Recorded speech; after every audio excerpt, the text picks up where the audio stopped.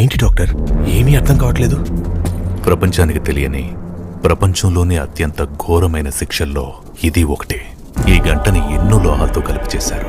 ఎవరినైనా తిరిగేసి దీని కింద సరిగ్గా కట్టికొట్టినట్టయితే దాని నుండి వచ్చే సౌండ్ వల్ల మొదటి గంటకి చెవుల్లో ఇయర్ డ్రమ్స్ పోయి ఏవీ వినపడదు. తర్వాత ఇంకో 2 మూతలకి మెదడులో నరాలు చిట్లి ఇంటర్నల్ బ్లీడింగ్ మొదలై బీపీ నెమ్మదిగా 0 అయి ప్రాణం విలవిల్లాడి చనిపోతారు. మరి కట్టి కొట్టడానికి ఇంతమంది ఎందుకు సార్? నాకు అది అర్థం కావట్లేదు.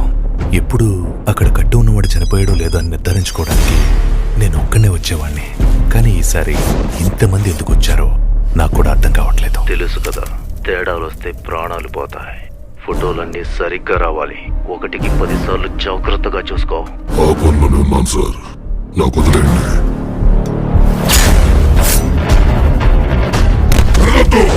నాకు చిరాకు.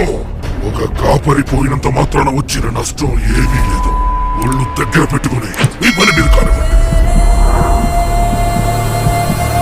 జాగ్రత్త.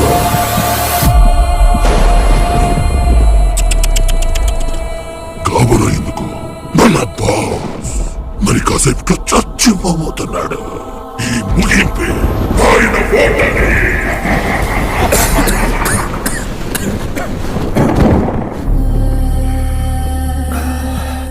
జీవితంలో ఓటమి నొప్పుకున్న క్షణమే నిజమైన ఓటమి. రే, నన్ను చూస్తే ఒప్పుకునే వాళ్ళ కనిపిస్తున్నానంటావా? అయినా చావు గురించి మాట్లాడుతున్నావు కదా, నిన్నొకటి అడుగుతా. అసలు చావు అంటే ఏంటి?